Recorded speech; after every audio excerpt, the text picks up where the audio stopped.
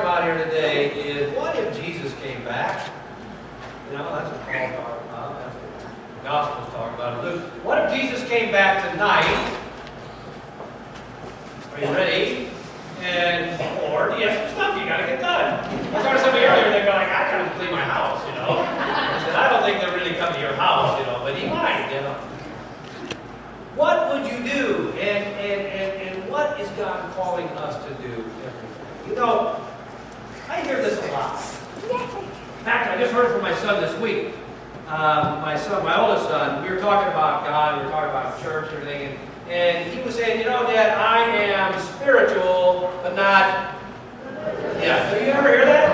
Does everybody say, I mean, what are you guys doing here? Aren't you spiritual, not religious too? Why are you here, really? Everybody today seems as spiritual, not religious. Like, that's some badge of honor, right? Yeah, like what does it mean to be spiritual? I'm sick of hearing it. Because the implication is that either I am religious in a bad way and not spiritual in the good way, or that being spiritual, whatever that is better or purer or holier than being religious, whatever that is. Usually, here's what I think. What it means is, I don't want to go to church. It means I don't want to go to church, but I'm not willing to give up on a God and deny a God that I might need someday. Yeah? That's spiritual, not religious. Nobody wants God mad at them, but they don't seem to mind. In fact, some folks seem downright delighted to have the church mad at them. Some of them just seem really anxious to be antagonistic to the church. Am I right? It just annoys me. Wow. But if you ask them, what's so wrong with religion as opposed to spirituality, they'll first tell you about all the abuses of the church. Okay, we get that. Money, power, all that. We aren't saints, right? But whether they say it or not, because some people are too polite to call you names to your face, although that is changing. Whether they say it or not, their biggest objection is that Christians are hypocrites. Don't you hear that? Christians are hypocrites. I can't go to church, it's full of hypocrites. Y'all are just hypocrites, right? You say one thing and you do another. In other words, our actions don't match our words, and they don't match our scriptures, and they don't match our worship, and they don't match our professions of belief or our statements of doctrine. Hypocrites, they call us, because we come together for an hour a week and act one way, but then we go out and we spend the rest of our hours in the rest of our week acting as if none of what happened on Sunday morning really matters in our lives. Right?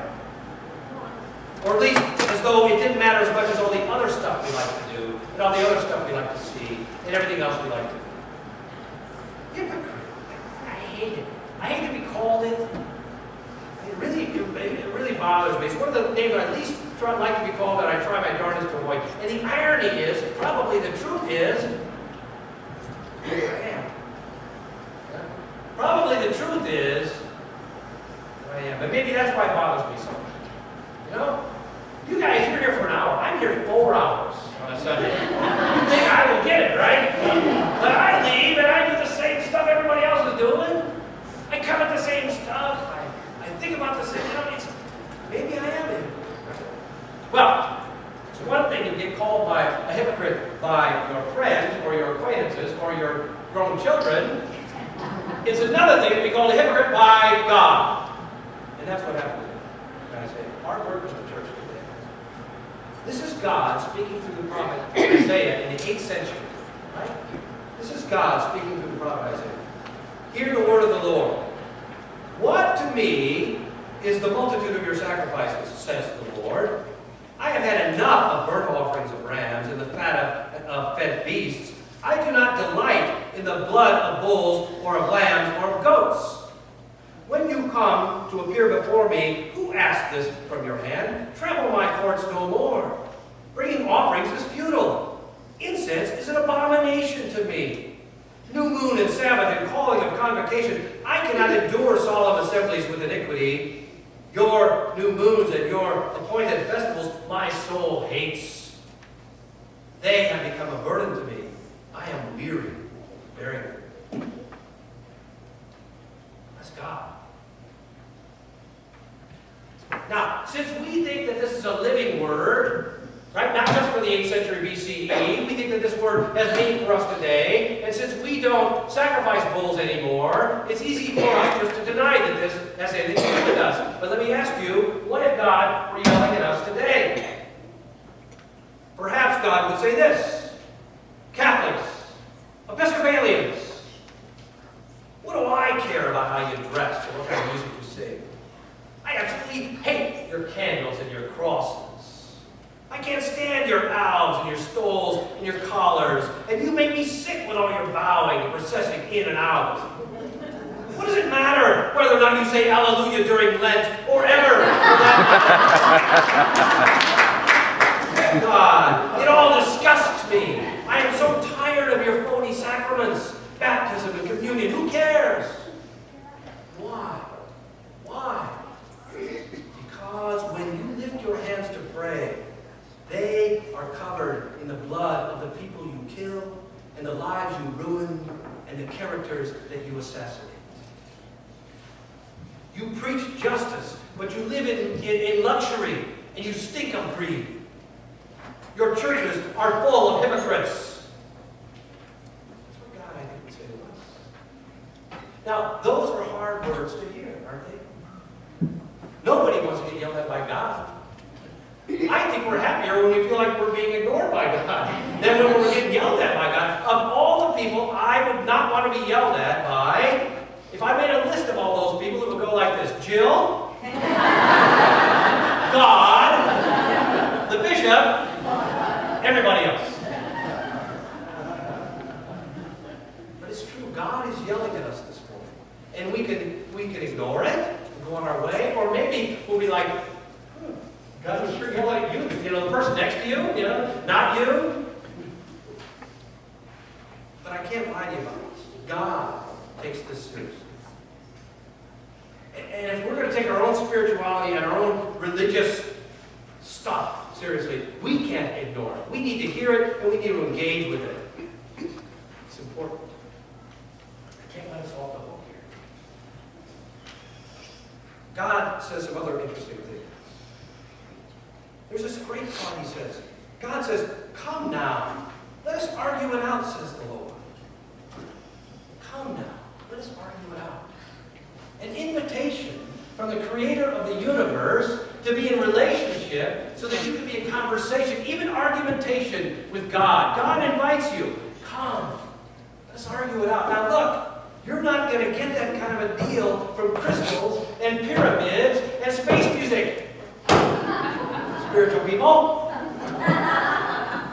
It's religious people. We have the audacity, what's the right word? We have the audacity to claim, will you edit that out when you put this online? We have the audacity to claim that we are in conversation and relationship with the God of the universe. Spiritual people can't make that claim, I don't think.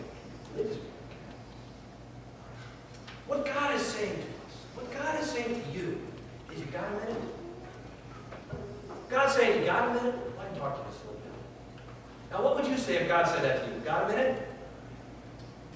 Okay, right? All right, I'm not doing too much. Yes, I'll check my schedule. Right? And God says, here's the deal. Here's the deal. Before I can hear your prayers or get any pleasure from your praise, I need to know that we're in this thing together.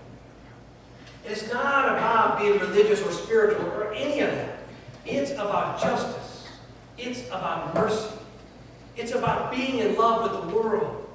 It's about taking care of each other. And I don't mean just the each others that you like. I mean all the each others out there. The text goes on to say, wash yourselves. Make yourselves clean. Remove the evil of your doings from before my eyes. Cease to do evil. Learn to do good. Seek justice. Rescue the oppressed. Defend the orphan. Plead for the widow. You want to hear him again? This is God talking. Right? Learn to do good. Seek justice. Rescue the oppressed. Defend the orphan. Plead for the widow. Now, what does it mean? See, we read this, we go, that was a long time ago. I don't even know anyone with orphans, right? We go out and we act like we don't even know what he's talking about. Is it that complicated? It's not. What does it mean? It means living in peace with each other. Right?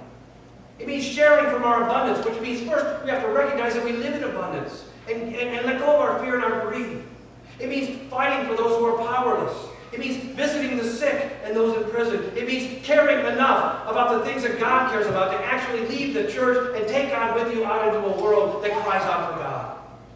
It means all of us, the spiritual folks and the religious folks, need to get on the same page and quit saving our best selves and our best stuff for some rainy day because there is a bigger storm brewing that could do more than shake your windows and make your roof leak. The text goes on. If you are willing and obedient, you shall eat the good of the land. But if you refuse and rebel, you shall be devoured by the sword. For the mouth of the Lord is spoken to us.